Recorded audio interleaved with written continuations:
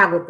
দেখছেন কোন পথে বাংলাদেশ। আপনাদের সঙ্গে আছি আমি সুলতানা রহমান এবং আমার সঙ্গে অতিথি হিসেবে রয়েছেন ব্যারিস্টার তানিয়া আমির, বাংলাদেশের স্বনামধন্য আইনজীবী এবং বর্তমানে বিভিন্ন সংবিধান বিশেষজ্ঞ। ব্যারিস্টার তানিয়া আমির, আপনাকে আমি স্বাগত জানাচ্ছি এবং আমরা জানি একটা কিরকম একটা প্রেক্ষাপটে দাঁড়িয়ে আমরা এই অনুষ্ঠানটি করছি আজকে। বাংলাদেশে সংবিধান সংস্কারের জন্য কতগুলো সুপারিশ দেয়া হয়েছে।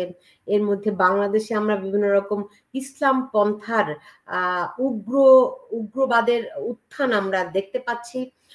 আরো অনেক আনুষঙ্গিক অনেকগুলো বিষয় সামনে এসেছে যা নিয়ে যে কোনো সুস্থ বিবেকবান এবং চিন্তাশীল মানুষেরা উদ্বিগ্ন আছেন। আপনি এখন বর্তমান বাংলাদেশকে কি অবস্থায় দেখছেন? আপনার মতামতটি প্রথমে জানতে চাই। ধন্যবাদ সুলতানা, আপনার প্রোগ্রামে আমাকে আমন্ত্রণ করার জন্য আমি কৃতজ্ঞ এবং আপনার যারা দর্শকরা আছে, শ্রোতারা আছে, তাদের সকলকে আমার পক্ষ থেকে শুভেচ্ছা। এক কথায় বাংলাদেশকে কিভাবে দেখছি বলতে হলে তো বাংলাদেশের যে ক্যারেক্টারিস্টিক্স, বাংলাদেশের যে মূল্যবোধ, সেটা কোনো কিছুই তো খুব শক্তভাবে আছে বলে মনে হচ্ছে না। আমাদের শুনতে হচ্ছে আমাদের জাতীয় সঙ্গীত থাকবে না, আমাদের সংবিধান থাকবে না, আমাদের যেই মূল্যবোধগুলো আছে বাংলাদেশের, যে ধর্ম, বর্ণ, লিঙ্গ নির্বিশেষে সকল জনগণের যে সমান অধিকার এবং আইনের চোখে যে সকলের সমান, সেই জায়গাটা একটা বিশালভাবে আঘাত আসছে। প্রথমত হচ্ছে যে এই সাম্যর যে ভিত্তিতে, সাম্য, মানবিক মর্যাদা এবং সামাজিক ন্যায় বিচার, যার ভিত্তিতে বাংলাদেশের জন্মসনদ, আমি আমার পিতাকে স্মরণ করছি যার হাতে এটা রচনা হয়েছিল, সেটা মনে করেন আমাদের ডি জুড়ে একটা অবস্থান আমরা পেয়েছিলাম।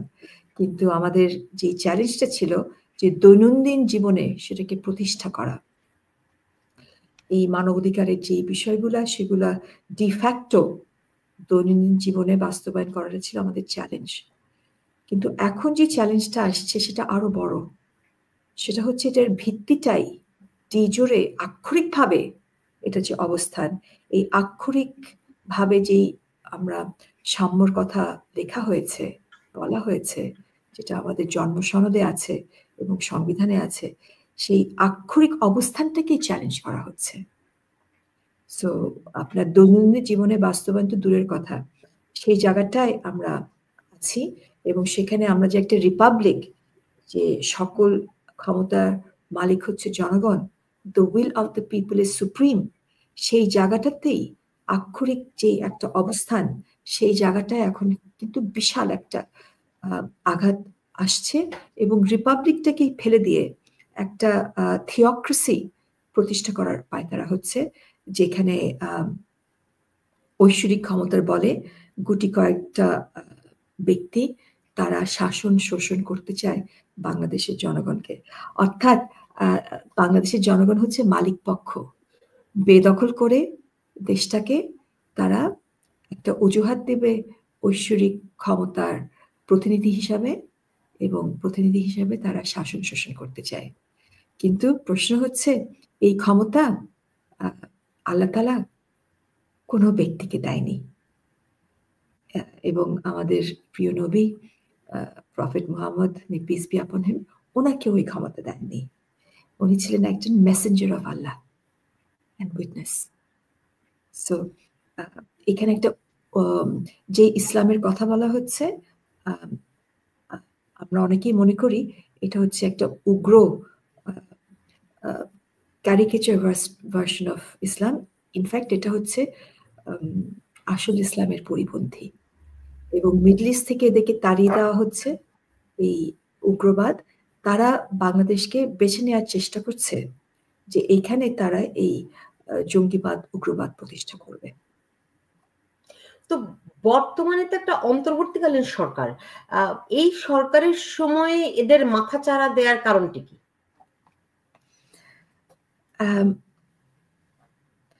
এটা তো বর্তমান সরকারে যারা আছেন, এই আপনার যে আন্দোলনটা হয়েছিল, এটা কি সত্যি সত্যি কি ছাত্রদের আন্দোলন ছিল? সেটা তো আমরা এখন টের পাচ্ছি। অনেকেই বলছে যে তারা ক্যামোফ্লাজ, একটা লেজিটিমেট ডিমান্ড মনে হয়েছে, কিন্তু এটার ভেতরে কিন্তু তারা ক্যামোফ্লাজড হয়েছিল। এবং যারা সমন্বয়কারী তারাই কিন্তু বলছে এখানে তাদের সাথে ছিল হচ্ছে আপনার হিজবুত তাহরির, তাদের সাথে ছিল হচ্ছে শিবির। সো এটা কিন্তু তারা স্বীকার করছে। সো অন্তর্বর্তীকালীন সরকারেও কিন্তু তারা এখন একটা অবস্থান করে নিয়েছে। যাদের হয়তো সেরকম কোনো যোগ্যতা নাই বা অভিজ্ঞতা নাই, তারা নিজেদেরকে ছাত্র বলে দাবি করেন, তারা কিন্তু এখন সরকারের শীর্ষ গদিতে বসে আছেন। একই সাথে তারা আবার একটা রাজনৈতিক দলও করেছে। সো একটা যদিও তাদের ফ্রেন্ড অ্যান্ড কলিগরা এখনো সরকারের ভিতরে আছে। সো এটা একটা স্ববিরোধী একটা অবস্থান এবং কনফ্লিক্ট অফ ইন্টারেস্ট। এবং ডক্টর ইউনূস যখন ক্ষমতা নেন, উনি বলেছেন ওনারকে যারা নিয়োগ দিয়েছে তারা হচ্ছে সমন্বয়কারী। সো উনি ভুলে যাচ্ছেন হয়তো যে উনি যখন একটা এই সরকারের যখন উনি প্রধান উপদেষ্টা, উনি হচ্ছে সেবা দেবেন পুরা জাতিগোষ্ঠীর সকল মানুষকে।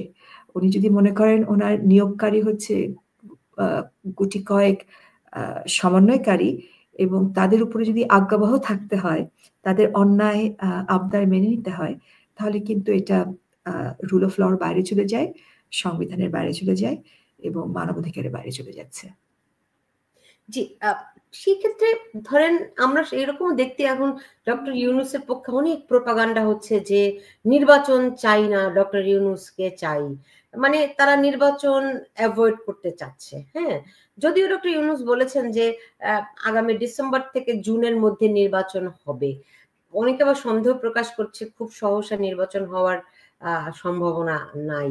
অন্যদিকে এই যে প্রচারণা যে নির্বাচন চাই না, যারা এই প্রচারণাটা করছে তাদের উদ্দেশ্যটি কি? আমি তো একই গোষ্ঠী, যে গোষ্ঠীর কথা একটু আগে বললাম।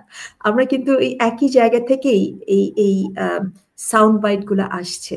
তারাই রাজনৈতিক দল করেছে এবং তারাই সরকারে আছে এবং তারাই এই কথাগুলো বলছে এবং এর সাথে জামাত বা হিজবুত হয়তো বা হেফাজত তাদের সাথে জুড়েছে। সো এটা ঘুরে ফিরে কিন্তু এই একটা গোষ্ঠীর থেকেই আসছে, যারা ডক্টর ইউনূস যাদেরকে তার নিয়োগকারী বা ওনার এমপ্লয়ার হিসেবে মনে করছেন। বৃহত্তর যে রাজনৈতিক দল, আওয়ামী লীগ বলেন, বিএনপি বলেন, যাদের একত্রিত ৮০% এই দেশের জনগণ যাদেরকে ভোট দেয়, তাদের থেকে কিন্তু আমরা এটা শুনতে পাচ্ছি না। সো আমি এটাকে এত গ্রাহ্য করব না। দুটো কারণ মূলত। কারণ এই নতুন যেই দল করেছেন এই ছাত্ররা এবং জামাতে ইসলাম, এই দুটো দলের একটারও কিন্তু নিবন্ধন নেই বর্তমানে। সো যাদের নিবন্ধন নাই তাদেরকে আমরা এত গুরুত্ব কেন দিচ্ছি, আমার কাছে এটা পরিষ্কার না। খুব ইন্টারেস্টিং। ধরেন আগে যাদেরকে আপনি বিএনপি পন্থী বলে জানতেন কিংবা আগে যাদেরকে মোটামুটি একটা লিবারেল অবস্থায় বলে জানতেন, এখন দেখছি তারা খুব ঢালাও ভাবে আমি বলবো যে ইসলাম পন্থার পক্ষে কিংবা জামাতের পক্ষে। আবার এদেরকে যেহেতু ডক্টর ইউনূস প্রতিনিধিত্ব করছেন, ডক্টর ইউনূসের পক্ষে খুব ঢালাও ভাবে প্রচারণা করছে। মানে এখানেও কি একটা মেটিকুলাস প্ল্যানের ডিজাইন আপনারা দেখতে পাচ্ছেন কিনা? আমি প্রত্যেকটা কোনায় কোনায় কনস্পিরেসি বা ভূত, শস্যের ভিতরে ভূত দেখতে চাই না। মেটিকুলাস প্ল্যান একটা আছে, যেটা আপনার প্রেসিডেন্ট ট্রাম্প নিজেই ইঙ্গিত করেছেন এবং সেটা অনেক বড়। সো আমরা যে জিনিসটা আমাদের খুব প্রয়োজন, আমরা নিজেদেরকে ভিকটিম না দেখে আমাদের একটা বৃহত্তর ঐক্যর প্রয়োজন। এবং দুটো যে বৃহত্তর দল বলছি, যে দল দুটোই কিন্তু জন্ম, তাদের শেকড় কিন্তু এদেশের মাটিতে। যদিও এই দুটো দলের ভিতরে অনেক আপনার এখানে দ্বন্দ্ব আছে, নো ডাউট অ্যাবাউট ইট, খুব ডিপ রুটেড দ্বন্দ্ব আছে, তারপর আমি বলবো এই দুটো দলের শিকড় কিন্তু এবং এদের জন্ম হয়েছে এই দেশের মাটিতে। এখন আপনি অন্য যে দলগুলোর কথা বলছেন, জামাত ইসলাম বলেন, হিজবুত তাহরির বলেন, আমরা আইসিস পতাকা দেখছি বাংলাদেশে, এদের জন্ম কি বাংলাদেশে? না। এদের বসরা কোথায়? এরা বিদেশি। এদের হেডকোয়ার্টার কোথায়? বাংলাদেশের সীমানার বাইরে। তাদের সিদ্ধান্ত কোথায় নেওয়া হয়? বিদেশে বসে। তাদের বসরা বাংলাদেশের বাইরে, বিদেশিরা সিদ্ধান্ত নেয়, সে সিদ্ধান্ত এদের উপরে চাপিয়ে দেওয়া হয় এবং বলা হয় তোরা এগুলো বাস্তবায়ন কর।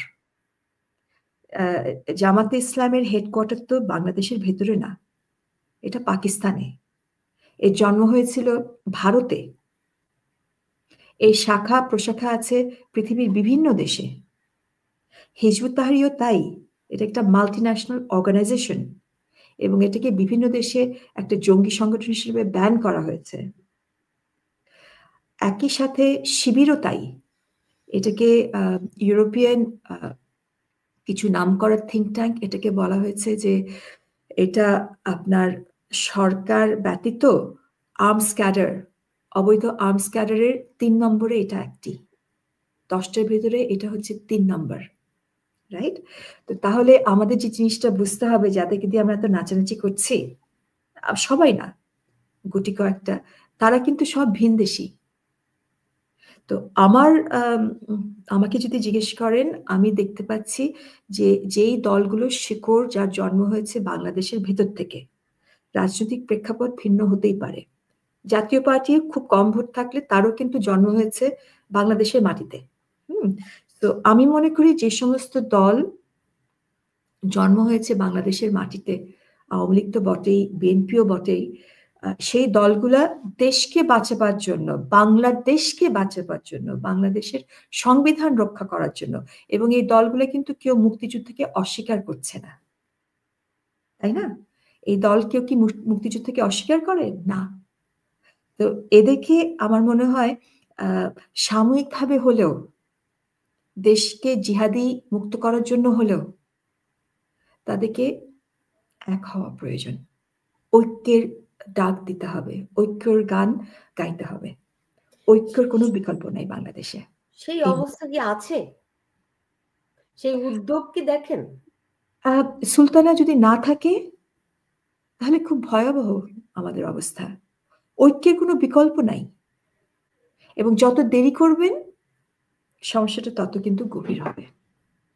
ঠিক আছে?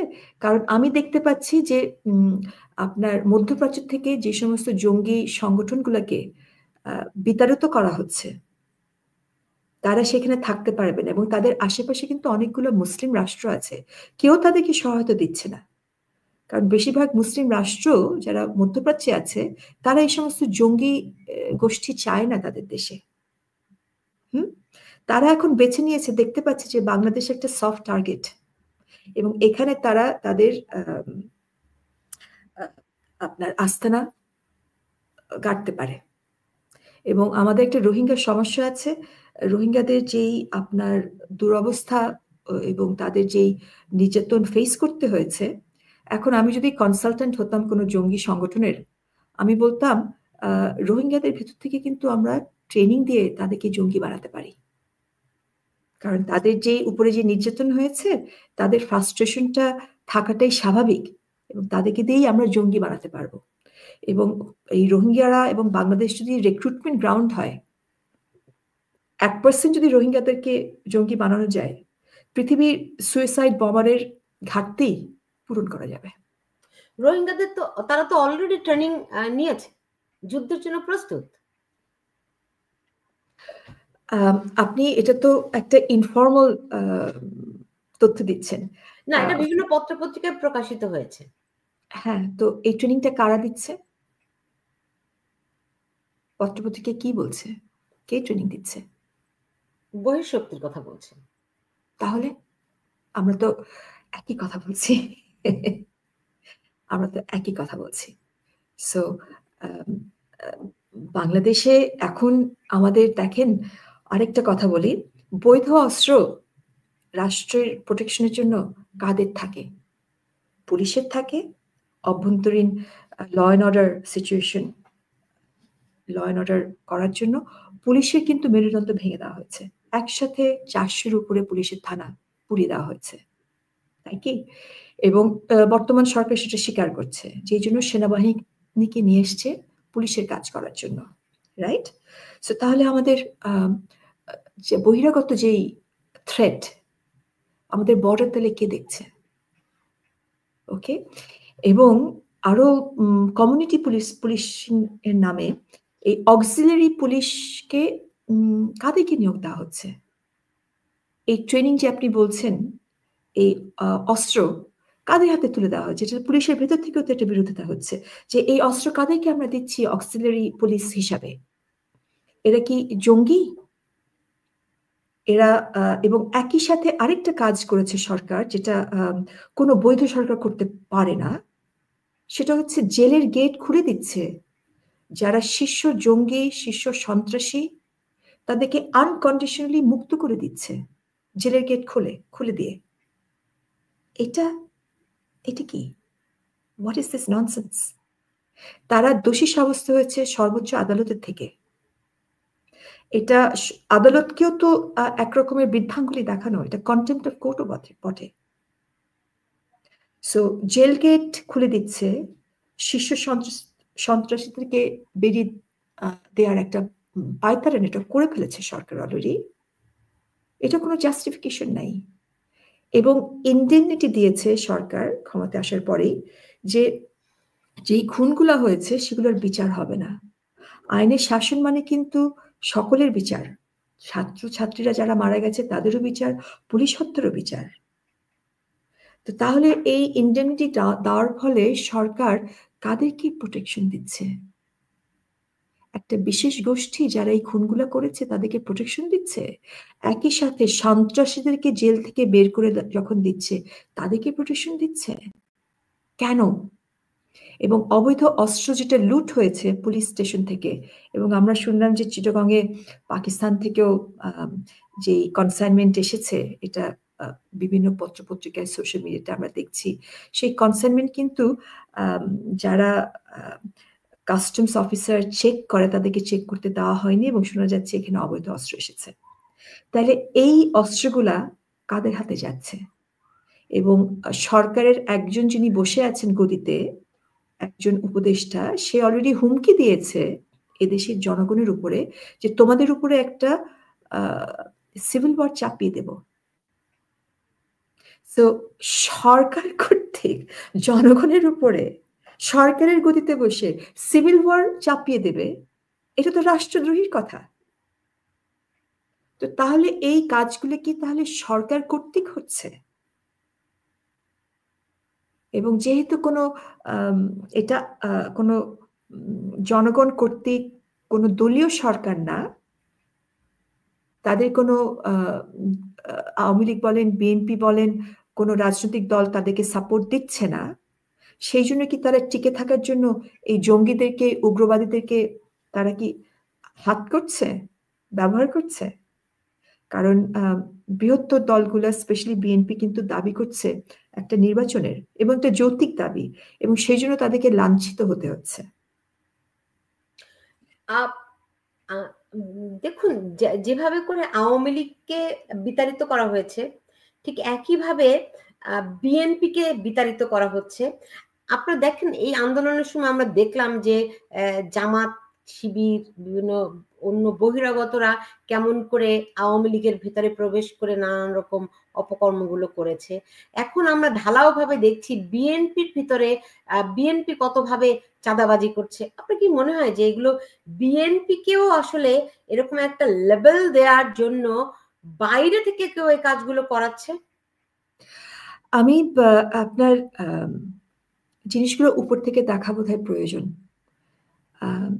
আপনার ভেতর থেকে দেখতে গেলে হারিয়ে যাবেন। হ্যাঁ, কারণ এখানে অনেক দৈনন্দিন যেই ঘটনাগুলো হচ্ছে, চুরি, ছিনতাই, নারীদের উপরে যেই রেপ হচ্ছে, শিশুদের উপরে যে রেপ হচ্ছে, এগুলো তো মানে কল্পনা করা যায় না। এবং এখানে মব যেটা বলা হয়েছে এটা আসলে কোনো মব না, কারণ মব হলে র্যান্ডম লোকজন হবে, এদেরকে নেতৃত্ব দিচ্ছেন ওই সমন্বয়কারীর কিছু চেহারা, যেটা আমাদের কাছে ভেরি ফ্যামিলিয়ার। হ্যাঁ, সো আমি বলবো এগুলো মিলিশিয়া, ভিজিলান্টি। এবং ল অ্যান্ড অর্ডার যখন ভেঙে যাচ্ছে, পুলিশকে আপনি দেখেন নিরস্ত্র করে, পুলিশকে জ্বালিয়ে দিয়ে, তাদের থানা জ্বালিয়ে দিয়ে পুলিশ খুন করে, তারা কিন্তু পুলিশের অক্সিলারি ফোর্স নামে কিন্তু তারা পুলিশের ভেতরে ঢুকে যাচ্ছে। এখন কিন্তু যেটা বলছিলাম যে তারা কিন্তু আক্রমণ করছে সেনাবাহিনীর উপরে, সেনাবাহিনীকে গুড়িয়ে দিবে, ক্যান্টনমেন্ট জ্বালিয়ে দিবে। হ্যাঁ, সো এরা হচ্ছে পুলিশ এবং আর্মি, সেনাবাহিনী হচ্ছে রাষ্ট্রের বৈধ অস্ত্রধারী গোষ্ঠী, তাই না? এই দুটোর উপরে কিন্তু তারা অ্যাটাক চলমান। তো জিনিসটা যদি আমরা উপর থেকে না দেখি তাহলে হারিয়ে যাব। হ্যাঁ, এই দুটোকে নষ্ট করে দিয়ে মিলিশিয়া, ভিজিলান্টি, এই যে আপনার তৌহিদে জনতা, হ্যাঁ, মব যেটা বলছে, এবং তাদের হাতে অস্ত্র আছে। এবং একজন যিনি উপদেষ্টা এবং সমন্বয়কারী দুটো টুপি পরেছিল, সে তো ক্লিয়ারলি বলেছে বেশি দিন আগে না যে 5ই অগস্ট এই ঘটনা না হলে তারা সশস্ত্র আন্দোলনে নেমে যেত, অর্থাৎ তাদের কাছে অবৈধ অস্ত্র আছে এবং তারা আজকে সরকারের গদিতে বসে আছেন। সো এটা আপনারা এখানে আপনার দর্শকরা, আমি জানি তারা খুব ইন্টেলিজেন্ট এবং তারা এই 2-2-4 তারা মেলাতে পারেন। তো এখানে আসলে কি ঘটছে, যারা আছেন, গ্রাউন্ড রিয়ালিটি কি, সেটা আমার মনে হয় না বুঝতে খুব কষ্ট হবে তাদের। আমি এই জায়গাটায় আবারও ফিরে আসবো, আপনার যে আমাদের ঐক্যর প্রয়োজন। এখানে আমাদের ক্ষুদ্র বিভাজন ভুলে গিয়ে আমাদের আপনার বৃহত্তর আপনার যেই দলগুলো আছে, তারা সেই দলগুলোর দুটোর একটাও কিন্তু মুক্তিযুদ্ধ, আমার দেশের জন্ম, আমার দেশের স্বাধীনতা ঘোষণাপত্র বা আমার দেশের সংবিধানকে কিন্তু তারা মেনে নিয়েই রাজনীতি করছে। সত্যি যেই দলগুলা এবং বৃহত্তর দলগুলা, তার সাথে ক্ষুদ্র ক্ষুদ্র কয়েকটা দল আছে যারা সংবিধান মানে, যারা দেশের স্বাধীনতার ঘোষণাপত্র মানে, যারা মুক্তিযুদ্ধ মানে, মুক্তিযুদ্ধকে অস্বীকার করে না, তাদের ঐক্যর খুব প্রয়োজন। এবং এই ঐক্যটা করে আমাদের যারা রাষ্ট্রের শত্রু, যারা দেশটাকে একটা থিওক্রেসিতে রূপান্তরিত করতে চায়, তাদেরকে বর্জন করে ঐক্যর ডাক দিতে হবে। এবং সেটা দিলে আমার মনে হয় আমরা এই যে একটা সংকট আমাদের সামনে, এবং এই সংকটের ভেতর দিয়ে আমরা যাচ্ছি, এটার পরিত্রাণের উপায় ওটাই। এই ঐক্যের ডাক কে দেবে? আপনিও দিতে পারেন আপনার প্রোগ্রাম থেকে। হ্যাঁ, কেন না? আপনার প্রোগ্রাম থেকে আপনিও দিতে পারেন। ঘরে ঘরে দুর্গ গড়ে তোলো। বঙ্গবন্ধু কি বলেছিলেন 7ই মার্চের বক্তৃতায়? যে যেখানে আছে, ঐক্য মানেই তো তাই। আপনার হাতে আপনার হাতিয়ার কি? আপনার হাতিয়ার মিডিয়া, আপনার এই প্রোগ্রাম। তারা ভয় পায়, এই উগ্র গোষ্ঠী কাদেরকে ভয় পায়? তারা সবচেয়ে বেশি ভয় পায় নারীদের, নারী ক্ষমতায়নকে। এবং বাংলাদেশ কিন্তু একটা উজ্জ্বল নক্ষত্র ছিল কিছুদিন আগে পর্যন্ত। এই সোশ্যাল ইন্ডিকেটরে ভারত, পাকিস্তান থেকে উপমহাদেশে বাংলাদেশ এগিয়ে ছিল নারী ক্ষমতায়নের জন্য।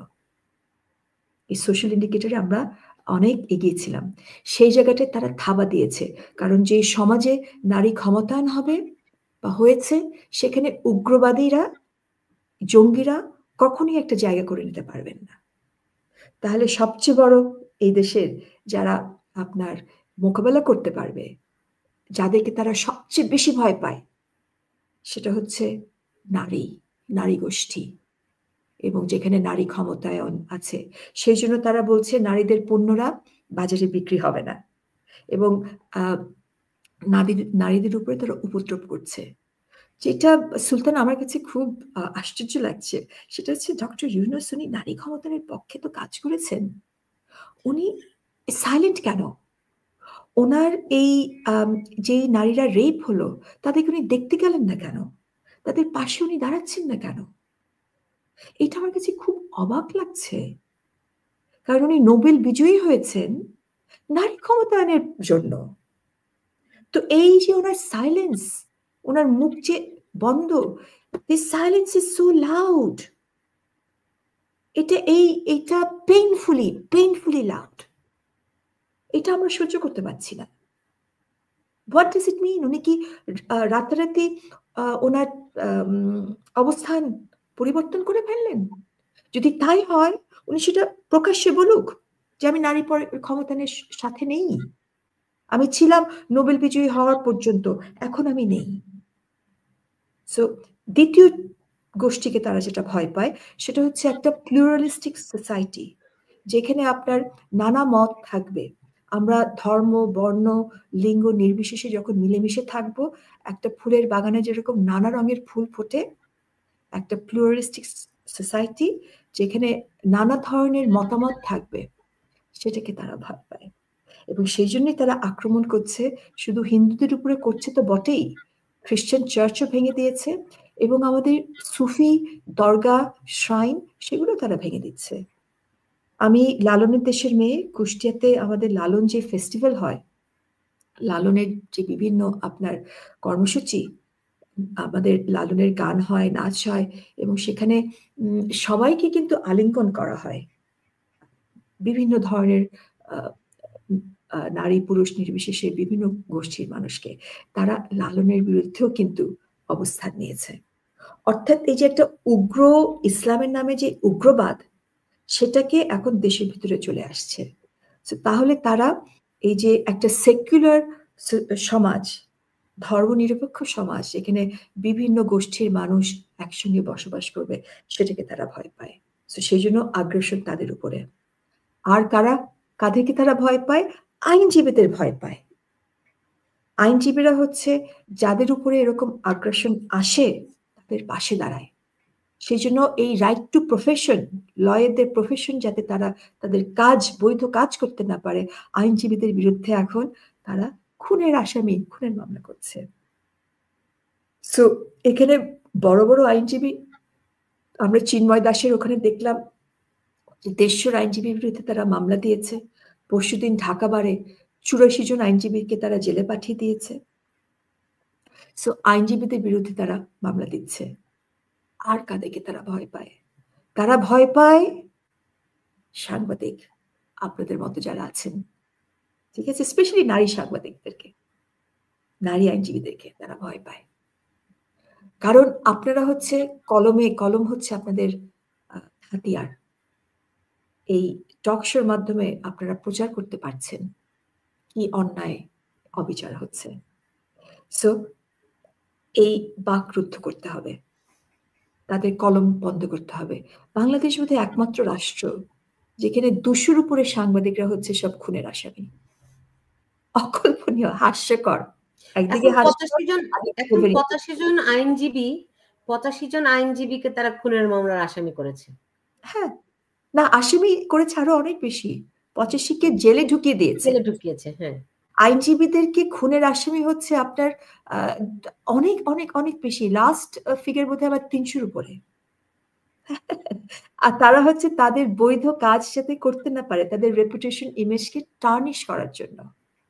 ওকে, সো আমি বোধহয় একমাত্র একটা মামলা করেছি, সরকারকে শোকজ করেছি যে এই যে ভুয়া মামলা দিয়েছে আমাদের ইমেজ নষ্ট করার জন্য, যাতে আমরা আমাদের বৈধ প্রফেশন করতে না পারি।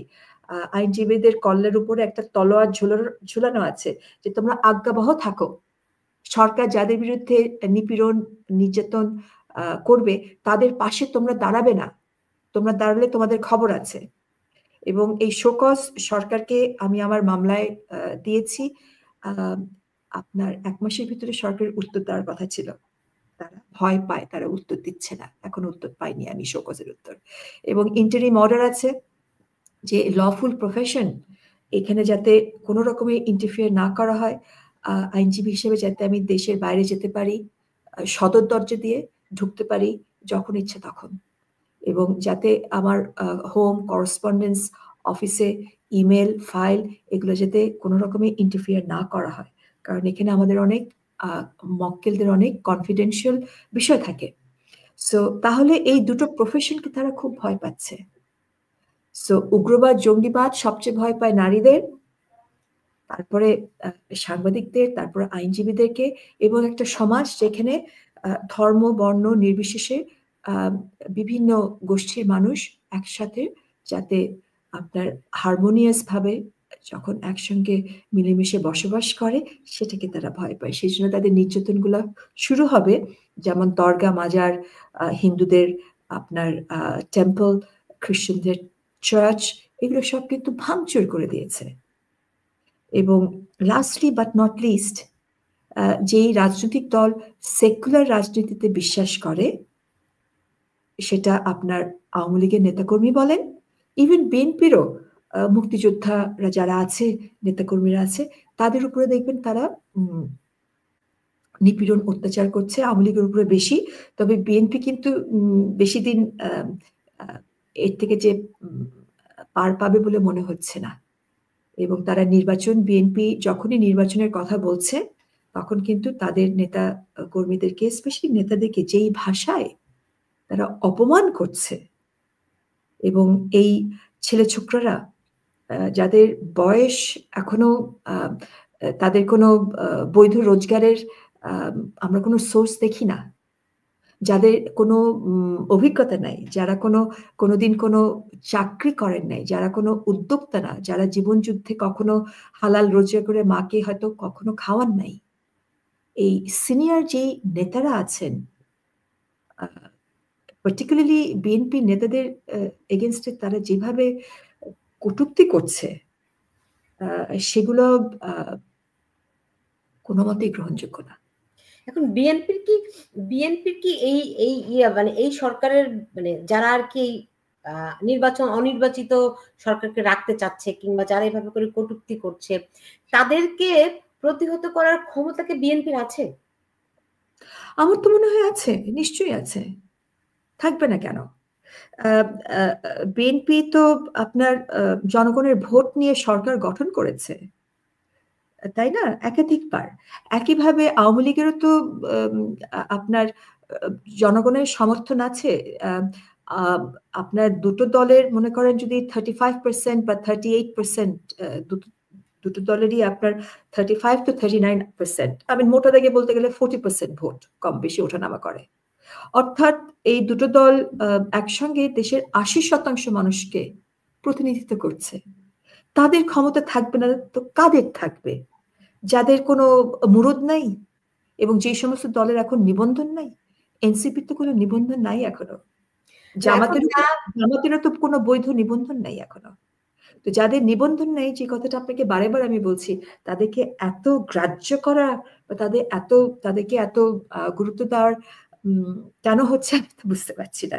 কারণ নিবন্ধিত দল যেগুলো এবং যেগুলোর গ্রাসরুট সাপোর্ট আছে, তাদেরকে গ্রাহ্য করার মতো আপনার 40% ভোট চারটিখানি কথা না, ঠিক আছে? যে সমস্ত দল তারা 35 to 40% ভোট ভোটারদেরকে প্রতিনিধিত্ব করছেন, with due respect to everyone, তাদেরকে আমার মনে হয় গ্রাহ্য করা প্রয়োজন। বিকজ এটা হচ্ছে অনির্বাচিত একটা সরকার, এটা পার্মানেন্ট সরকার না, এটা জনগণের ম্যান্ডেট নাই তাদের।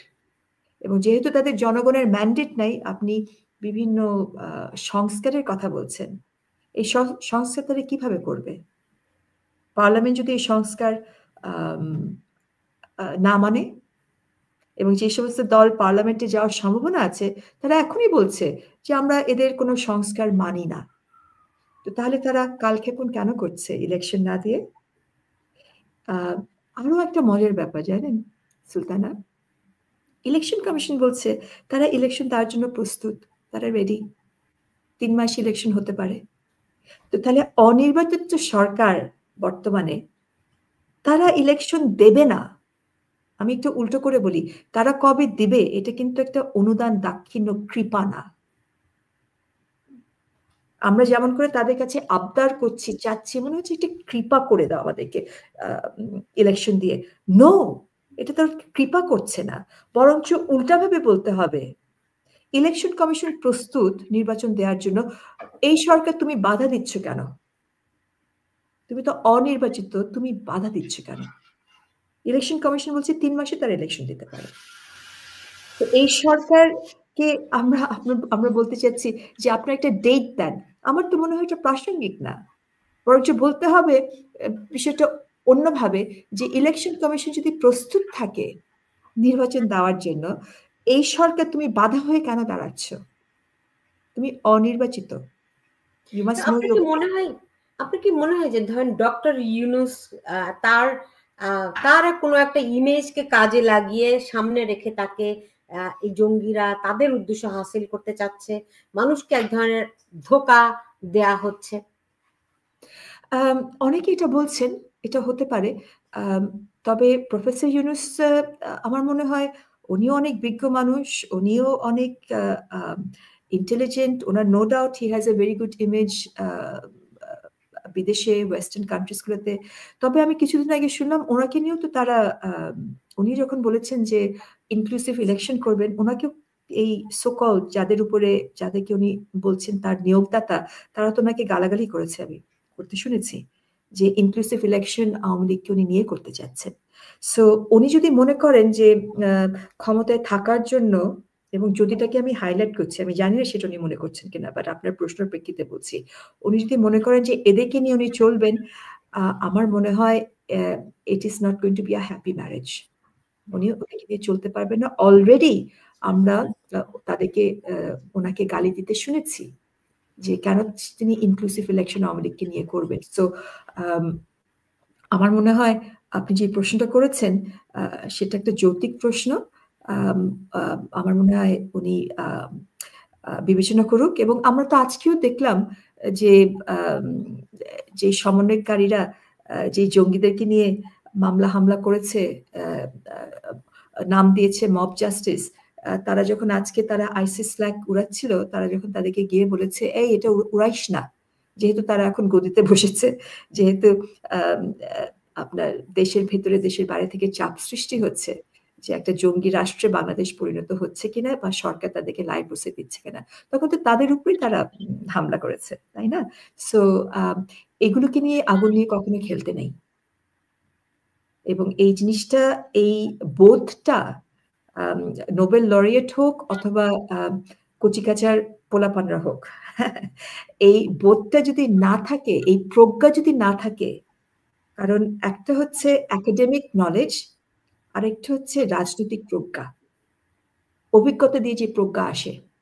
হ্যাঁ, একটা হচ্ছে আপনি এনজিও সেক্টরে কাজ করছেন, আরেকটা হচ্ছে আপনি একজন সাংবাদিক প্রফেশনাল যে দৌড়ঝাঁপ করছে, অথবা একজন আইনজীবী যিনি আদালত প্রাঙ্গণে দৌড়ঝাঁপ করছে, বিভিন্ন ধরনের মানুষের সঙ্গে মেলামেশা করতে হচ্ছে, অথবা আপনি একজন রাজনীতিবিদ, আপনাকে বিভিন্ন ধরনের মানুষের সঙ্গে মেলামেশা করতে হচ্ছে, সেটা থেকে কিন্তু এক ধরনের প্রজ্ঞা জন্ম নেয় অভিজ্ঞতার ভিত্তিতে। সেই প্রজ্ঞার কিন্তু কোনো বিকল্প নেই। আর আপনি এয়ার কন্ডিশন রুমে বসে কাজ করছেন, লেখালেখির কাজ করছেন বা ছাত্র পড়াচ্ছেন, সেটাতে কিন্তু আপনার এই জনমানুষের সাথে সংযোগ করে অভিজ্ঞতার ভিত্তিতে যে আপনার অভিজ্ঞতা, কোনো বিকল্প নাই, যে প্রজ্ঞার কোনো বিকল্প নাই। আপনি দেখেন এখন তো অলরেডি তারা সংবিধান সংস্কারের প্রস্তাব তারা রেখেছে।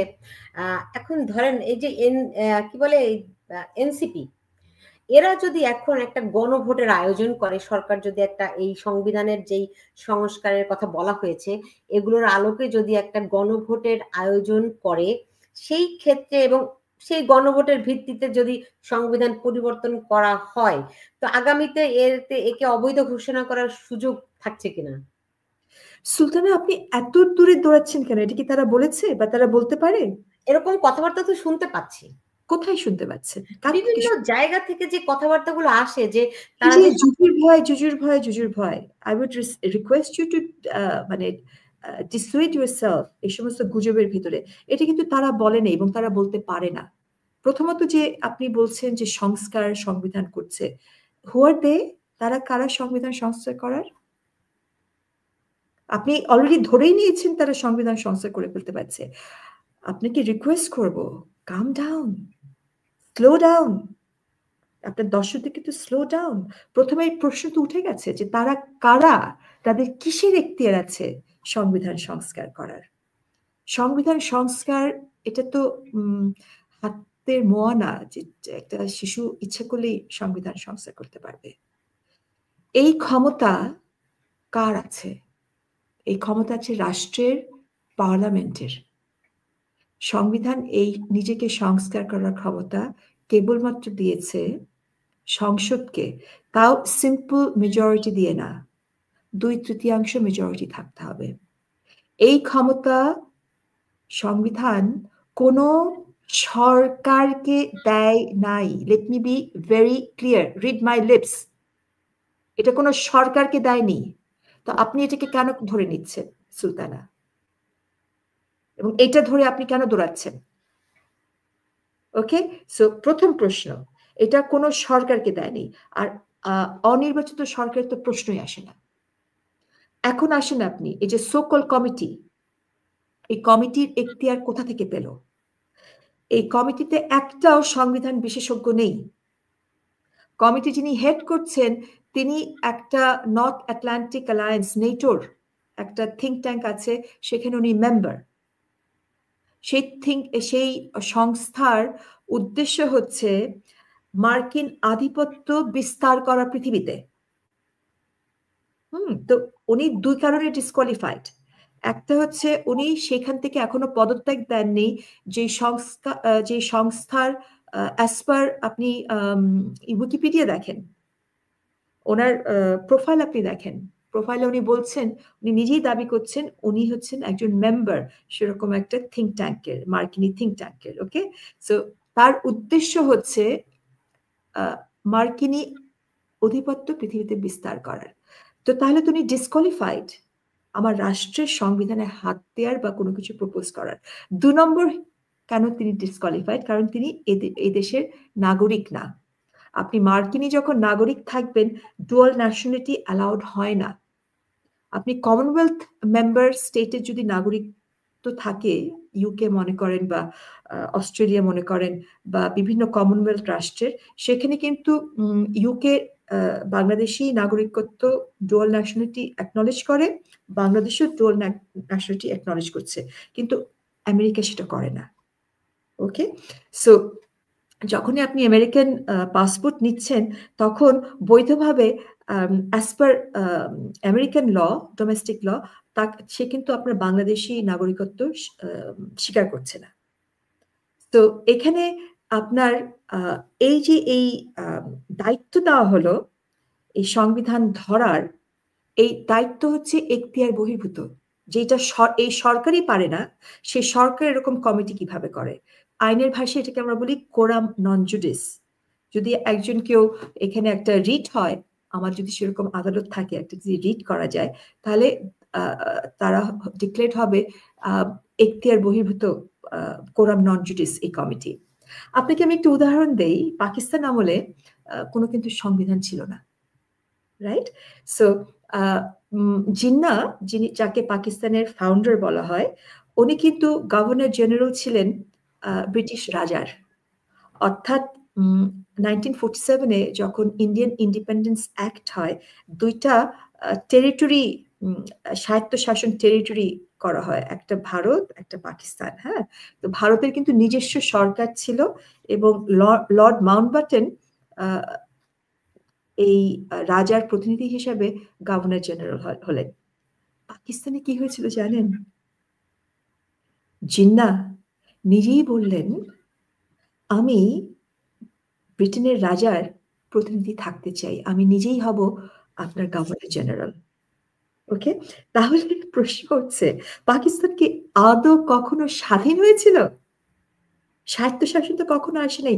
জিন্নার 2টো পতাকা ছিল, একটা হচ্ছে গভর্নর জেনারেলের, আরেকটা হচ্ছে পাকিস্তানের পতাকা। 2টো পতাকা একসঙ্গে নিয়ে উনি ঘুরতেন। তো পাকিস্তানে কিন্তু কোনো নির্বাচন হয়নি কখনো। এই 70-এর নির্বাচন ছিল প্রথম নির্বাচন, এবং কোনো সংবিধান হয়। 54 সালে নির্বাচন হয়েছিল। আপনার 54 সালে যে নির্বাচন হয়েছিল সেটা কিন্তু আপনার নির্বাচন বলতে আমরা যেটা বুঝি, নট দ্যাট। ঠিক আছে, আপনার পাকিস্তানের কোনো সংবিধানই ছিল না। 54 সাল এবং 56-এ একটা সেই কথাটাই আসছি, একটা সংবিধান তারা হয়েছিল, এটা পূর্ণাঙ্গ সংবিধান না। এই সংবিধান কারা করেছিল জানেন? এরকম একটা কমিটি উপর থেকে চাপিয়ে দেওয়া হয়েছিল যে এই কমিটি তোমরা একটা সংবিধান প্রণয়ন করো, কিন্তু এটা তো রাটিফাইড না জনগণের মাধ্যমে। এবং এইটা বিরোধিতা কিন্তু করেছি কারা?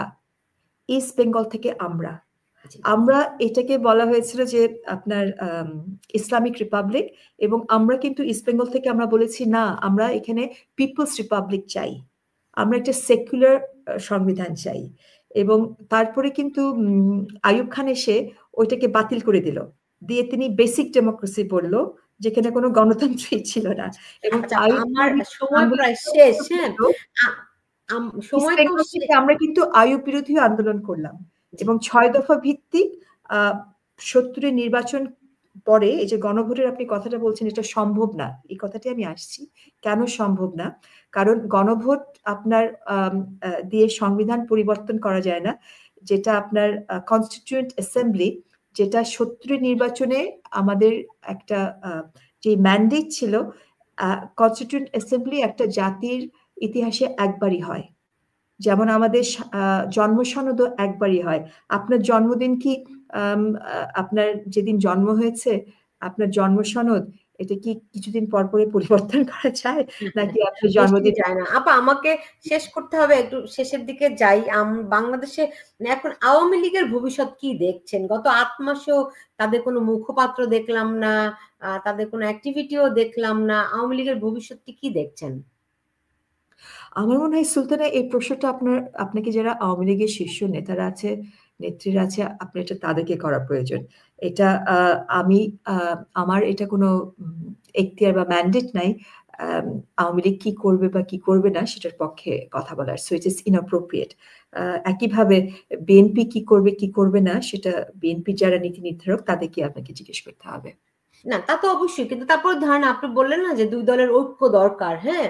তো আওয়ামী লীগকে তো আমরা প্রকাশ্য দেখছি না, আমরা ঐক্যটা কেমন করে দেখবো আর কি? সেই জায়গা থেকে আপনি তো একজন রাজনীতি বিশ্লেষকও আপা, সেই জায়গা থেকে আপনি কি দেখছেন? আমি যেটা দেখছি সেটা হচ্ছে যে ঐক্যর বিকল্প নাই। এবং সুলতানা, আমি তো বললাম যে একটু আগেও যে সেই ঐক্যটা আপনি কেন দিচ্ছেন না আপনার এই প্রোগ্রাম থেকে? আমার তো মনে হয় যখন এটা দুভাবে হয়, একটা হচ্ছে উপর থেকে একটা ডাক দিতে পারেন যারা নেতা নেত্রীরা আছেন তারা, আরেকটা হচ্ছে জনগণের ভেতরে যখন এই ঐক্যটা অলরেডি চলমান হয়ে যাবে, তখন কিন্তু এই গতি কেউ থামাতে পারবে না। এবং রাজনৈতিক যেই নেতৃত্ব আছে সেটাও কিন্তু এই জনগণের ঢলে কিন্তু তারাও কিন্তু তখন চলে আসবে। সো এটা আপনার অর্গানিক হতে পারে, এটা আমার শেকড় থেকে আপনার প্রাকৃতিকভাবে কিন্তু এটা গড়ে উঠতে পারে, যে এই জিনিসটা সম্ভাবনা আমি দেখি। সো আমি জিনিসটাকে এইভাবে বলবো যে এই সম্ভাবনা যেটা আমরা দেখছি, কারণ এই ভিনদেশি বিদেশি যেই রাজনৈতিক দল যাদের কোনো এখনো নিবন্ধন নেই এবং যারা আপনার ব্যান্ড অর্গানাইজেশন, তাদেরকে মিডল ইস্ট থেকে তাদেরকে তাড়িয়ে দেওয়া হচ্ছে, বিতাড়িত করা হচ্ছে, এবং আশেপাশে যে সমস্ত মুসলিম রাষ্ট্র তাদেরকে কিন্তু জায়গা দিচ্ছে না।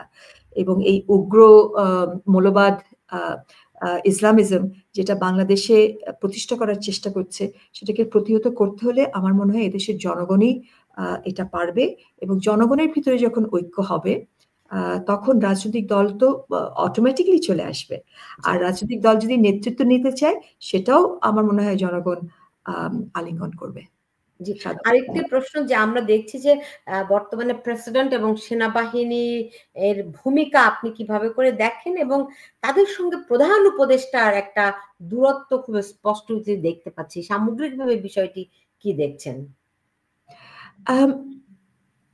এই দ্বন্দ্ব বা এই আপনি প্রশ্নতে কতগুলা প্রেজাম্পশন আছে আপনার এই প্রশ্ন, এই প্রেজাম্পশনের ভিত্তিগুলো জানতে পারলে ভালো হতো। বিকজ আমি আপনার এই প্রেজাম্পশনটাকে সত্যি বলে ভিত্তি করে যদি আমি এগোই, তাহলে in a sense I am accepting that presumptions, এটা প্রেডিকেটেড আছে কিনা। সো সো আমার মনে হয় বিশ্লেষণ করা দরকার যে এই দূরত্ব যেটা আপনি দেখছেন এটা কিভাবে দেখছেন, কিসের ভিত্তিতে দেখছেন, এটা বিশ্লেষণ করাটা প্রথমে প্রয়োজন, এবং এটা বিশ্লেষণ করার পরেই তারপরে কিন্তু আমরা পরের ধাপে যাওয়াটা সমীচীন হবে। বিকজ আপনি বলছেন আপনার সময় নাই, আমার মনে হয় এটা বিশ্লেষণ না করে পরের ধাপে যাওয়াটা সমীচীন মোটেও না। সো আমাকে আপনি উইথ ডিউ রেসপেক্ট, আমাকে যদি ওই জায়গাটা আপনি নিতে চান তাহলে ইট ইজ নেসেসারি এই প্রেমিসটা আগে এস্টাবলিশ করা। ওকে, প্রেমিসটা আমি বলছি, ধরেন আমরা ঈদের নামাজে দেখলাম রাষ্ট্রপতি মানে প্রেসিডেন্ট ঈদের নামাজে যাননি। বাংলাদেশের রেওয়াজ অনুযায়ী যখন প্রধানমন্ত্রী কিংবা প্রধান উপদেষ্টা বিদেশ সফর করবেন, তারা দেশে ফিরে রাষ্ট্রপতিকে এটি ওয়াকিবহাল করবেন, যেটি আমরা আগে শেখ হাসিনা সরকারকেও দেখেছি বা তার আগে খালেদা জিয়া সরকারকেও দেখেছি। এটা কিন্তু আমাদের রেওয়াজ। আমরা এখন পর্যন্ত রাষ্ট্রপতি এবং প্রধান উপদেষ্টার তেমন কোনো আলাপচারিতা তেমন কিছু আমরা দেখতে পাইনি। অন্যদিকে সেনা প্রধানও ঠিক একইভাবে দূরত্ব বজায় রাখছেন প্রধান উপদেষ্টার সঙ্গে। তাকে আমরা ঈদের সময় একটা বৈঠক করতে আমরা দেখেছিলাম প্রধান উপদেষ্টার সঙ্গে, তারপরে আর কোনো আলাপচারিতা আমরা দেখিনি। ফলে ইভেন আমরা বলি যে অনেক বিদেশি রাষ্ট্রদূত তারা গিয়ে সরাসরি সেনাপ্রধানের সঙ্গে বৈঠক করছেন, যেটি সাধারণত হওয়ার কথা নয়। সামগ্রিকভাবে আপনি বুঝতেই পারছেন যে একটা ত্রিমুখী বিষয় আমরা এখানে দেখতে পাচ্ছি, যার সঙ্গে সম্পর্ক কোথাও আছে বলে প্রতীয়মান হচ্ছে না। আপনার এই লিস্টের সাথে আমি আরেকটা উদাহরণ অ্যাড করি। হ্যাঁ, সেটা হচ্ছে রাষ্ট্রপতি তার যেই আইনগত কর্তব্য, যেমন শহীদ মিনারে যাওয়া, হ্যাঁ, সেখানে তাকে বিরত করার জন্য এই কতিপয় সমন্বয়কারীদের নেতৃত্বে এই আপনার সোকল মব, এটা যদিও মব না, এবং এই সমন্বয়কদের প্রতিনিধি এই সরকারের ভিতরেই আছে। হ্যাঁ, তো যখন তারা রাষ্ট্রপতির বৈধ দায়িত্ব থেকে তার দায়িত্ব যাতে করতে না পারে সেখানে যখন বাধা সৃষ্টি করছে, এটা কিন্তু রাষ্ট্রের বিরুদ্ধে একটা অপরাধ বটে। এটা 123-এর এটা রাষ্ট্রদ্রোহী শামিল। ঠিক আছে, কারণ আমার রাষ্ট্রপতি কিন্তু রিপ্রেজেন্ট করছে এই পদটা আমার সার্বভৌমত্বের একটা সিম্বল। ঠিক আছে, যখন সরকার এই গোষ্ঠীর উপরে যারা এই গুরুতর অপরাধ করলো তার বিরুদ্ধে যখন কোনো অ্যাকশন নিচ্ছে না, তখন এই দ্বন্দ্বটা কিন্তু সাংবিধানিক একটা দ্বন্দ্বতে রূপান্তরিত হচ্ছে। একইভাবে এই আপনার সমন্বয়কারী যাদের প্রতিনিধিত্ব সরকারে আছে, তারাই যখন এটাকে একটা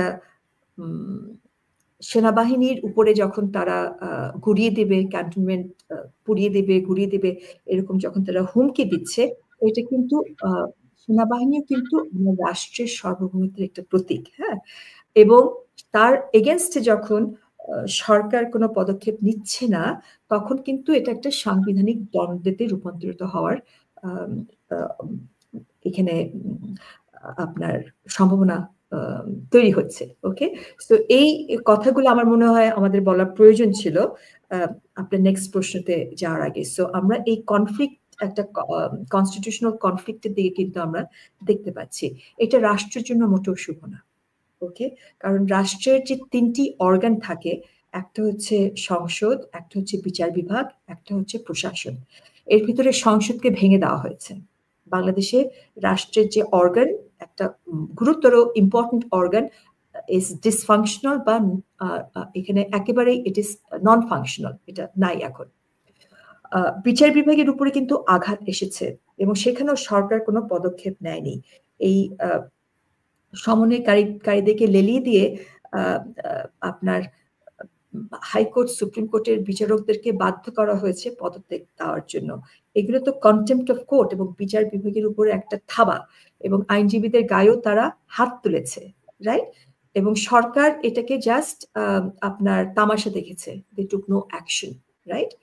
সো তখন এটাকে মনে হচ্ছে এটা কি স্টেট স্পন্সর্ড কিনা, এই মববাজি যেটা বলছেন, এটা কি জাস্ট কতিপয় এগুলা মব করছে? কারণ এই ভেতরে যে সমন্বয়কারী আছে, সমন্বয়কারীদের যারা বন্ধুরা তারা সরকারের ভিতরেই আছে। তো তাহলে এই সূত্রটাকে যখন আমরা টান দেখব, তাহলে এটা কি প্রশাসন ভিত্তিক কিনা, স্টেট স্পন্সার্ড কিনা, সরকার স্পন্সর করছে কিনা। একইভাবে তাহলে এই রাষ্ট্রের এই 3টা অর্গানের ভিতরে একটা অকার্যকর, আপনার পার্লামেন্ট নাই। বিচার বিভাগকে কিন্তু খুব উইক করে দেওয়া হয়েছে, বিচার বিভাগকে ভয় ভীতি দেওয়া হচ্ছে। সিকিউরিটি অফ টেনিওর বলে যেটা আমরা বুঝি, যে জাজ সাহেবরা যারা গদিতে বসেছে তাদেরকে কখনোই এরকম জোর করে তাদেরকে তাদের রায় পছন্দ না হলে, তাদেরকে জোর করে টেনে হেঁচড়ে গদি থেকে নামাবে, এটা কখনোই কাম্য না। এবং সুপ্রিম জুডিশিয়াল কাউন্সিল বর্তমান প্রধান বিচারপতি এটাকে পুনরুদ্ধার করেছে। যদি কোনো জাজ সাহেবের বিরুদ্ধে কোনো অভিযোগ থাকতো, তাহলে এটা প্রধান বিচারপতি এখন ক্ষমতা আছে সুপ্রিম জুডিশিয়াল কাউন্সিল করে তাকে তার সেই বিচারকের বিরুদ্ধে ব্যবস্থা নেওয়া। সেটাকে না করে এই যে এই কতিপয় আপনার স্টেট স্পন্সার্ড, প্রশাসন স্পন্সার্ড মনে হচ্ছে, কারণ তখন আইন উপদেষ্টা ছিল এবং আমরা শুনেছি একজন সমন্বয়কারীকে আইন উপদেষ্টার সঙ্গে তারা কথা বলছে এবং তার সঙ্গে কথা বলে তারা সুপ্রিম কোর্ট প্রেমিস থেকে চলে যাবে কি যাবে না। সো এই যে একটা সাংঘর্ষিক অবস্থান সৃষ্টি হচ্ছে প্রশাসনের সঙ্গে আইন বিচার বিভাগ, প্রশাসনের সঙ্গে সেনাবাহিনীর, প্রশাসনের সঙ্গে দেশের আপনার যিনি হচ্ছেন সিম্বল অফ আওয়ার সভারেন্টি, অর্থাৎ আমাদের রাষ্ট্রপতি, এটা রাষ্ট্রের জন্য খুবই আপনার সিরিয়াস একটা শঙ্কা। It's a threat to the state. এবং যেটা আমি বলতে চাচ্ছি, আপনার প্রোগ্রামের প্রথম থেকেই বলছি, যে মনে হচ্ছে যে ভিনদেশি কিছু রাজনৈতিক দল যাদের শিকড় বাংলাদেশে নাই, তারা কিন্তু একটা খেলাফত প্রতিষ্ঠা করতে চায়। তারা প্রতিষ্ঠা করতে চেয়ে আমার এখানে রিপাবলিককে ফেলে দিয়ে তারা ঐশ্বরিক ক্ষমতায় শাসন শোষণ করতে চায়। এবং সেটা তারা করতে চায় যারা হচ্ছে আপনার ন্যায়ভিত্তিক অস্ত্র যেই গ্রুপগুলোর আছে, অর্থাৎ পুলিশ এবং আর্মি, তাদেরকে নিরস্ত্র করে তারা এখানে ভিজিলান্টি মিলিশিয়া তৈরি করতে চাচ্ছে। এবং তৈরি করে তারা হয়তো একটা আপনার একটা খেলাফত বা এমিরেট টাইপের কিছু তারা প্রতিষ্ঠা করতে চাচ্ছে। আমি একজন বাংলাদেশি নাগরিক হিসেবে বলবো, এটা জীবনেও তারা করতে পারবে, এটা হবে না। কিন্তু পায়তারা হচ্ছে কিনা? হ্যাঁ, পায়তারা হচ্ছে। এটা তাদের মাথায় এরকম একটা চিন্তা চেতনা থাকতে পারে। এবং তাদের হচ্ছে মনিবরা হচ্ছে তারা গোলামি করতে প্রস্তুত, এবং তাদের ভিতরে গোলামি মাইন্ডসেট আছে। তাদের মনিব হচ্ছে বিদেশে থাকে, এই মনিবদের জন্য তারা আজ্ঞাবহ, এবং তারা এই আপনার আইসিস ফ্ল্যাগ উড়াচ্ছে আমার বাংলাদেশের মাটিতে। এবং সরকার আমরা দেখছি নো অ্যাকশন, বিকজ সরকারের ভেতরেই এদের লোকজন আছে। এদের পেছনে কি পশ্চিমা শক্তিও আছে? এখানে আমেরিকান ডিপ স্টেটের কথা এবং আপনার ইউএসএইড এর কথা কিন্তু প্রেসিডেন্ট ট্রাম্প নিজেই বলেছে। সো এগুলা আমার মনে হয় যারা আপনারা সাংবাদিকতা করেন, ইনভেস্টিগেটিভ জার্নালিজম করেন, আপনারা এগুলা তলিয়ে দেখবেন। এবং এই মর্মে আপনার কলম্বিয়ার যে খুব নামকরা প্রফেসর, উনি কিন্তু এই মর্মে অলরেডি বক্তব্য দিয়েছেন, এবং ওনার গবেষণায় এটা বেরিয়ে এসেছে। এবং উনি আরো বলেছেন যে এই রেজিম চেঞ্জ যখন আমেরিকার ডিপ স্টেট করে, তখন তারা কিন্তু এটা কখনোই সাকসেসফুল হয় না, এবং সেটা হচ্ছে জঙ্গিবাদের হাতে তুলে দেওয়া হয়। এবং যতগুলা রাষ্ট্রে তারা ইন্টারফেয়ার করেছে সেটাই হয়েছে। এবং এই অ্যাক্সেসটা যদি আমরা দেখি, 71-ও কিন্তু এই deep state, American deep state, Kissinger, Nixon, ISIS, Pakistan এবং চায়নার একটা লিঙ্ক ছিল। ওকে, এই অ্যাক্সেসটা ছিল। সো এখনো সেই একই লিঙ্ক কিন্তু আছে। সেটা আপনার দর্শক শ্রোতারা আছে কি নাই সেই সিদ্ধান্তটা আমার মনে হয় তারাই নিতে পারবেন। তারা এই ডটগুলো যদি কানেক্ট করে, তারা কি এটা দেখতে পাচ্ছে কিনা। সো আমরা অনেক ডকুমেন্ট ডিক্লাসিফাইড হয়েছে 71-এর 50 বছর পর থেকে সেগুলো রিসার্চ করে কিন্তু আমরা সেই অ্যাক্সেসটা দেখতে পাই।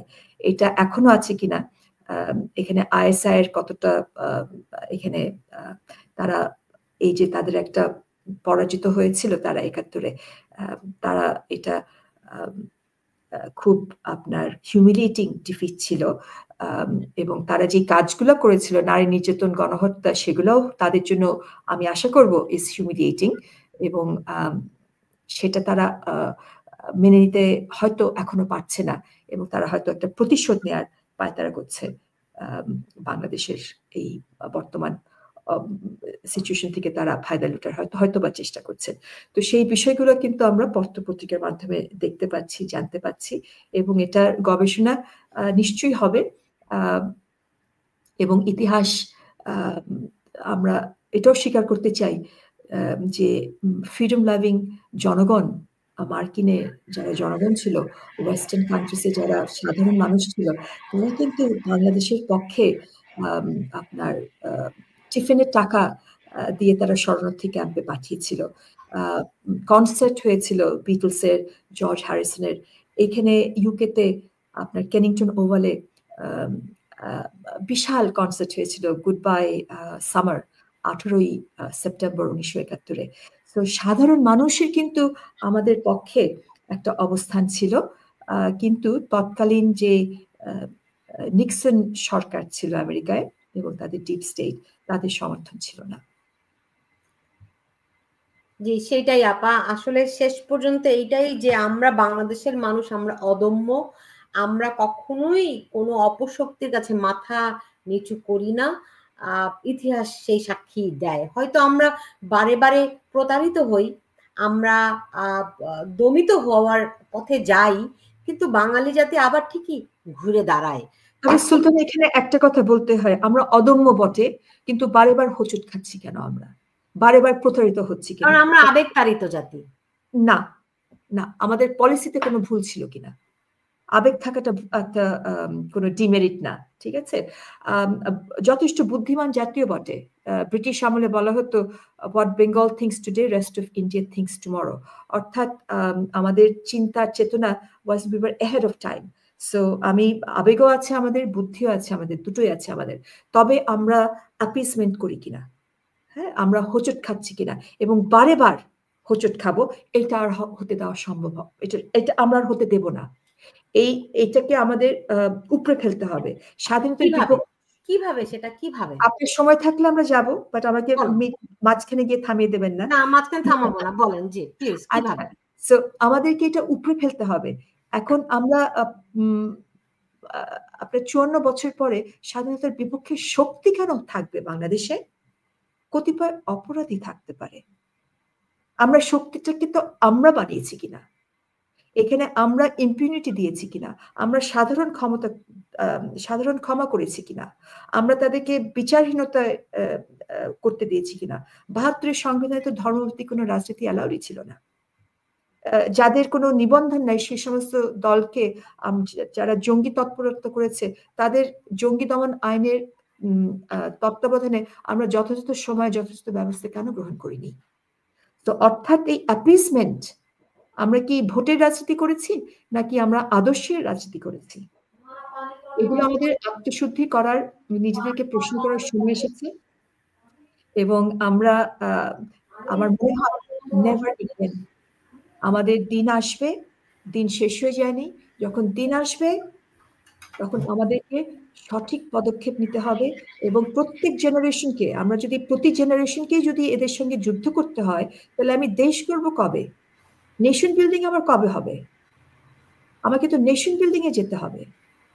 সো এই যুদ্ধটা, this is the last time and never again. আমাদেরকে বলিষ্ঠ এবং আমাদেরকে যে অবস্থান নিতে হবে, আমাদের পলিসি ভিত্তিক থেকে শিক্ষা ব্যবস্থা নতুনভাবে সাজাতে হবে। আমার শিক্ষা ব্যবস্থায় কি বলছে আমার সংবিধান, সেখানে কি আমরা আদৌ সংবিধানের যে শিক্ষা ব্যবস্থার কথা বলছে 17 অনুচ্ছেদে, সেটার সাথে কি আমরা আদৌ আছি? আপনার যদি সময় থাকে আমি 17 অনুচ্ছেদটা পড়তে চাই। আমাদের রাষ্ট্রের কি কর্তব্য? আমাদের রাষ্ট্র বলছে, রাষ্ট্র একই পদ্ধতির গণমুখী এবং সার্বজনীন শিক্ষা ব্যবস্থা প্রতিষ্ঠার জন্য এবং আইনের দ্বারা নির্ধারিত স্তর পর্যন্ত সকল বালক বালিকাকে অবৈতনিক এবং বাধ্যতামূলক শিক্ষাদানের জন্য সমাজের প্রয়োজনের সহিত শিক্ষাকে সঙ্গতিপূর্ণ করিবার জন্য এবং সেই প্রয়োজন সিদ্ধ করিবার উদ্দেশ্যে যথাযথ প্রশিক্ষণপ্রাপ্ত এবং সদিচ্ছা প্রণোদিত নাগরিক সৃষ্টির জন্য আইনের দ্বারা নির্ধারিত সময়ের মধ্যে নিরক্ষরতা দূর করিবার জন্য কার্যকর ব্যবস্থা গ্রহণ করিবেন। অর্থাৎ গণমুখী এবং সর্বজনীন শিক্ষার কথা 17 অনুচ্ছেদ সংবিধানে বলা হয়েছে। আমরা কি সিনসিয়ার? এতগুলো শিক্ষা ব্যবস্থা কেন রাষ্ট্র কর্তৃক হলো? এবং আমি এখন আমাদের সন্তানদের পক্ষ থেকে CRC convention of the right of the child শিশু অধিকার প্রেক্ষিত থেকে কথাটা বলতে চাই। প্রত্যেক আমাদের সন্তানদের অধিকার আছে এমন একটি শিক্ষা ব্যবস্থা তারা উপভোগ করবে যেটা হেলদি হবে এবং সেখানে আপনার একটা সার্টিফিকেট তারা পাবে, সেটা হবে একটা পৃথিবীর দুয়ার খোলার মতো একটা চাবি। যে সার্টিফিকেট পৃথিবীর দেশগুলো বিভিন্ন দেশে আন্তর্জাতিকভাবে স্বীকৃত হবে, যে সার্টিফিকেট 10-15 বছর শিক্ষার প্রাইমারি সেকেন্ডারি শিক্ষার পরে যে সার্টিফিকেট আমরা দিচ্ছি এটা কোনো দেশে স্বীকৃত না। এবং একটা আইনজীবী হিসাবেও যে এলএলবি করছেন সেই এলএলবি শিক্ষাও বিদেশে অন্যান্য দেশে এটা স্বীকৃত না। তাহলে আমরা এরকম সার্টিফিকেট কেন দিচ্ছি যেটার কোনো আন্তর্জাতিক মানদণ্ডে এটা গ্রাহ্যই করে না? তো তাহলে কি এটা এক প্রকার শিক্ষার নামে প্রতারণা হচ্ছে না আমার জনগণের সাথে, আমার সন্তানদের সাথে? তাহলে আমাকে তো এমন একটা শিক্ষা ব্যবস্থা করতে হবে যেটা জনগণের সাথে সন্তানদের সাথে আমরা প্রতারণা করব না।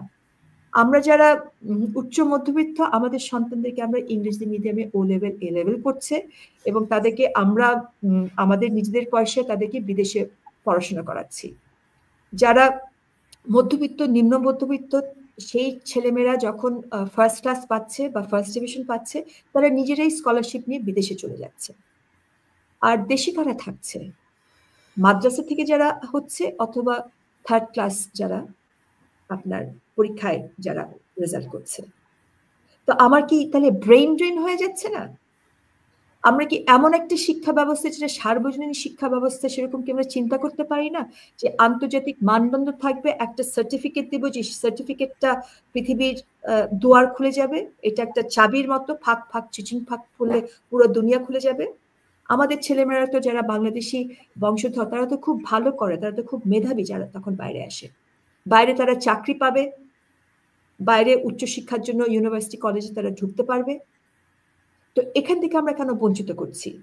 এবং তাদেরকে কেবলমাত্র আমরা বঞ্চিত করছি না, আমরা যখন সার্বজনীন শিক্ষা ব্যবস্থার কথা বললাম তখন আমরা শিক্ষানীতি 6 বছর আগে পরিবর্তন করলাম। পরিবর্তন করে আমরা কি করলাম? এই যারা মাদ্রাসা থেকে যারা আউটপুট তাদের কিন্তু কন্টেন্ট সাবস্টেন্স আমরা পরিবর্তন করে যে উন্নত করেছি তা না, কেবল কলমের খোঁজা দিয়ে আমরা বললাম তারা সরাসরি ইউনিভার্সিটিতে যেতে পারবে। তো তারা যদি 90-95% মার্ক নিয়ে ইউনিভার্সিটিতে ঢুকে যায়, যারা আমার ম্যাট্রিকুলেশন থেকে ভালো রেজাল্ট করে তারা তো আপনার 70% উপরে তো মার্ক নেওয়া অলমোস্ট ইম্পসিবল, তারা চান্স পাচ্ছে না।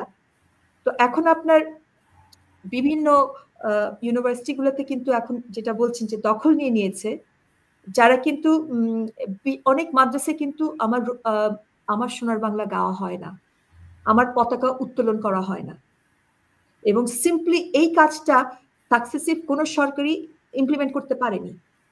If not, why not? এগুলো তো আমাদের আত্মশুদ্ধি করতে হবে। আমাদের তো এই জায়গাগুলোতে তো আমাদেরকে তো যেটা বললাম নেভার এগেন, আমাদের যখন দিন আসবে দিন শেষ হয়ে যায়নি, ন্যায়ের পক্ষে গণতন্ত্রের পক্ষে দিন আসবেই আসবে, এটা হবেই হবে। এবং তখন আমাদেরকে এই কিছু কিছু মৌলিক পদক্ষেপ নিতে হবে দলমত নির্বিশেষে, অ্যাক্রস পার্টি পলিটিক্যাল ডিভাইড, এগুলো মৌলিক বিষয়, এটা সংবিধানের কথা, এটা কোনো দলীয় কথা না। সার্বজনীন শিক্ষা ব্যবস্থা এরকম অনেকগুলো কাজে আমরা পদক্ষেপ নিতে পারি। যেই দেশে একটা বড় অংশ ধর্মান্ধ সেই দেশে কি এটা পসিবল হবে?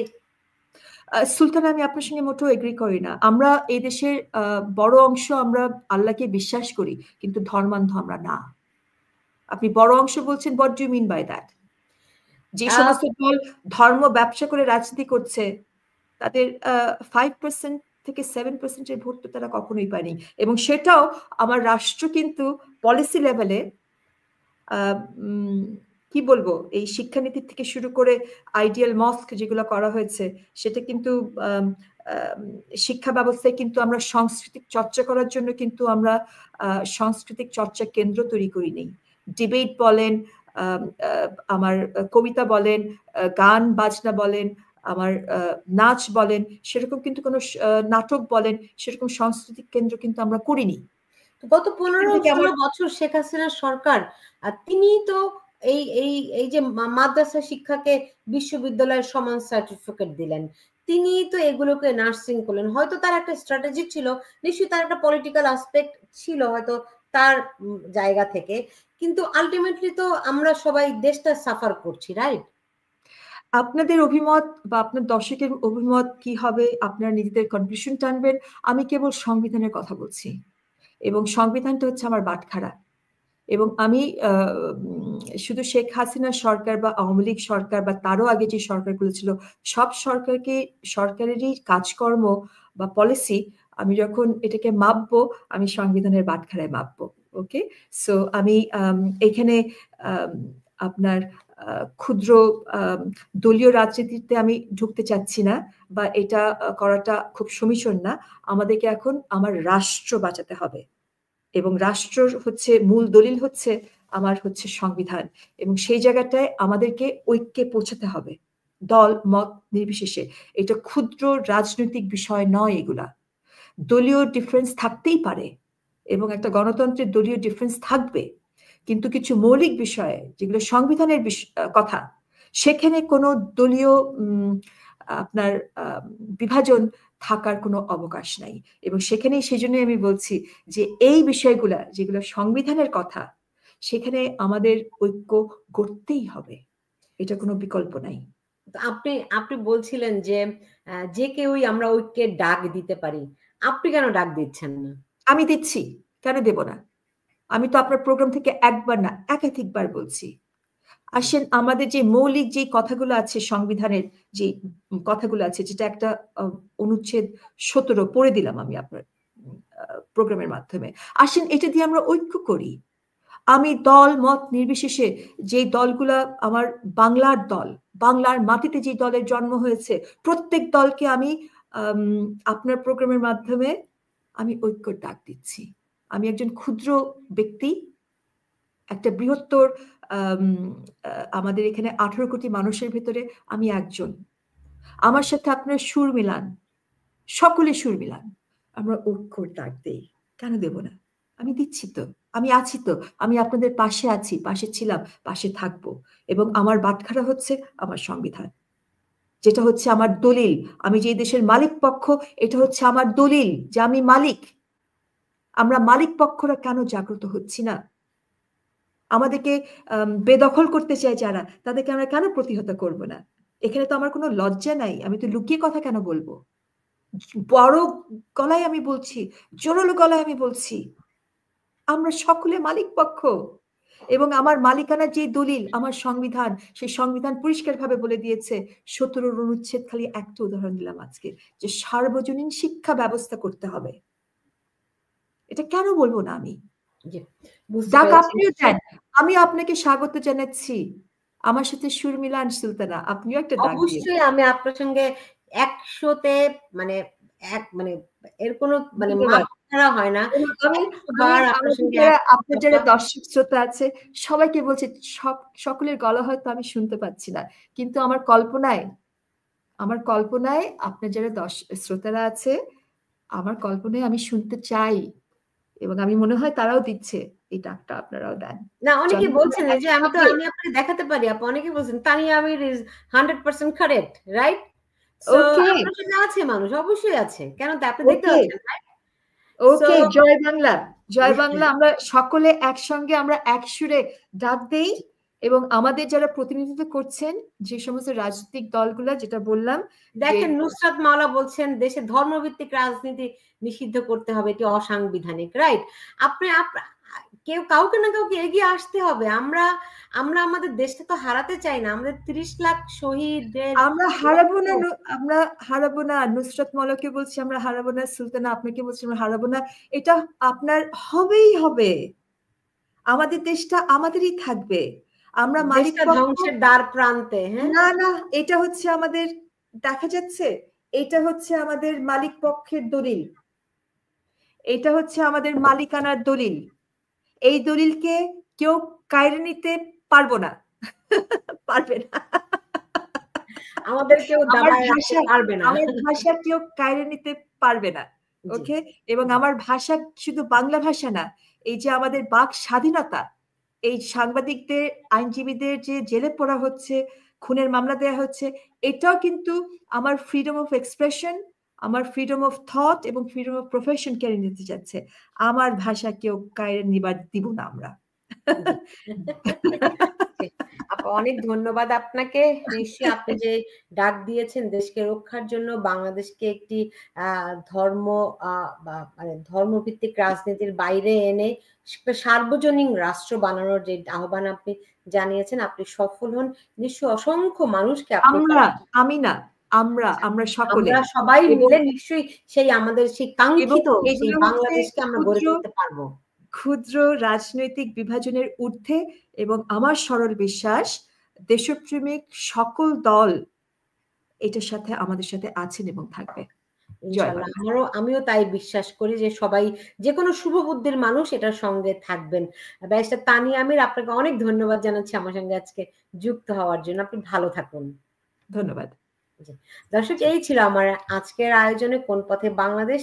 যে পথেই যাক না কেন, যেমনটি ব্যারিস্টার তানিয়া আমির বলছিলেন যে আমরা আমাদের যে মুক্তিযুদ্ধের বাংলাদেশ, যার ভিত্তি হচ্ছে বাংলাদেশের সংবিধান, তার আলোকে বাংলাদেশকে আবার নতুন করে আমরা ঢেলে সাজাবো, গড়ে তুলবো।